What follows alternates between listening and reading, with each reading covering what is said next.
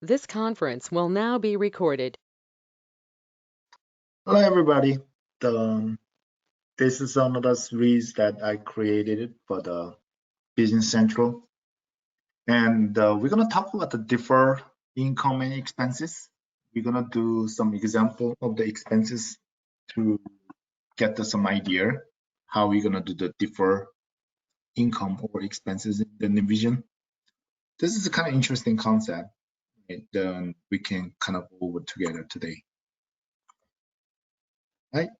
So let's go to the company. The first thing you need to do is you need to set up the deferred template. So I just create the deferred template in Brand. And basically what you need to do is you need to just fill out, and you need to have the deferral account in there. And you can do the period posting date, and you can actually click on it, and it will actually show you what does that mean in the percentages. So you can actually using this one to get some posting description, that meaning to you. And I'm going to put the deferral 100%, and I'm going to do straight line and posting date. Definitely we can play around with it more. In some cases, it's going to be like a 50% deferral upfront. Very similar to fixed asset depreciation concept. I guess before the deferral template things come out, so usually the way I recommend to my client was use the fixed asset module and amortize it. But since it's not going to be something like that anymore, what I recommended is we can use the deferral account, and we can actually spread out the expenses throughout the year. Let me just set it up, the defer template here. After we set up the defer template, I don't like using the GL normally. I like to using the resources if it's possible. So I create the resources with rent, and I put the deferral code there, rent. You see the deferral code, I put that tax general group edit there, and I put the cost at $10,000. So I'm making the scenario that if the landlord asks me that if you pay the $10,000 right now, then the rent is normally $1,000 per month, but I'm going to give you $2,000 discount for you. So we're going to do that, and we're going to try to. Let's take a look at this.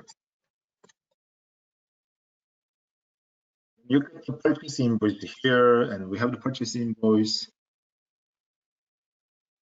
And then purchase invoice, we're going to create the new. And I'm going to choose the vendors, and I'm going to put not publisher this time. And I'm going to do the resources, the rent. Just let you know location. You notice the deferral code is kind of showing up. I kind of make it visible, so you might not show up to you, but I intentionally show up so it kind of makes sense to you. So I'm going to post it 1 year, and the posting here I'm going to put the first. I change the header. Sometimes I change the first schedule line. So make sure that you see the option, the schedule. You're going to see the line, function, related information, deferred schedule.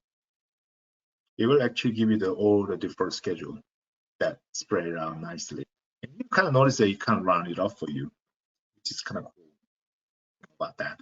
If you want to make changes, I think you can make changes here, but I'm not going to make a change this time, but you can actually do that if you want to. After this, then basically what I'm going to do is I'm going to post this one. So I'm going to post.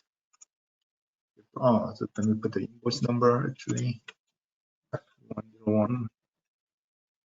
Deferral invoices and post that. Yes.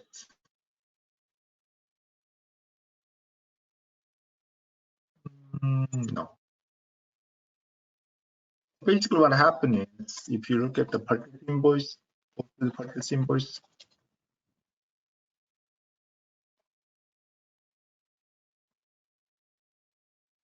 I usually one invoice with $10,000 to them. But this is gonna be how it's gonna look like it, right? And if you look at the vendor's point of view, since we're gonna pay the $10,000 first, you look at the account payable, the $10,000 is going up, so it means we have to pay them $10,000, right? But if you look at that, navigate this is something more interesting. You see the GL entry. Notice that it actually going to the we set up the prepaid inventory. We actually going to the prepaid rent. So basically what happened is that we setting up the defer account and you're going to the prepaid account in there, and it kind of accrue the prepaid, the $10,000 prepaid rent. Look at the account.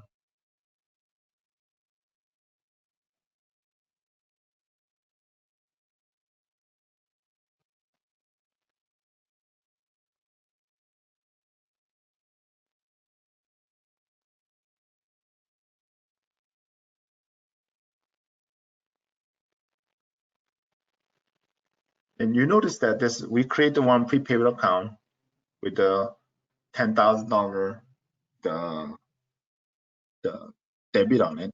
Then each month we actually expense it the $833 in each month, and we just expense it equally.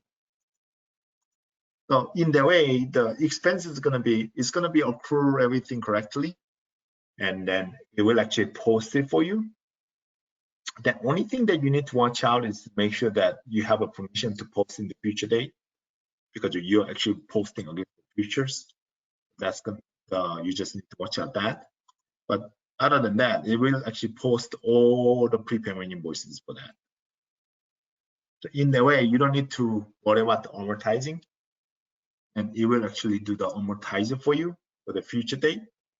And then in the way, you don't need to worry about keeping track of it and depreciate it every month, like that.